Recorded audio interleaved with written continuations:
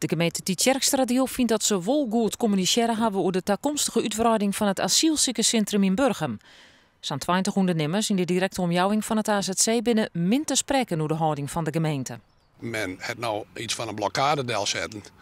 In de redelijkheid vregen we door dat eerst voort en dan op een goede manier het gesprek omgaan en zien wat je nog voor elkaar budgetten kennen.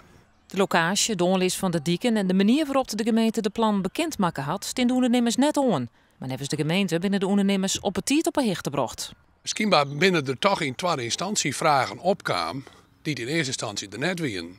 Nou, er is in elk geval zo dat er na een week een gesprek gepland is. En ja, laat dat gewoon hier op tafel komen. En dan kan je zien van, ja, er angst is voor oerlijst. Nou, wat kan je daar nog in budgetten?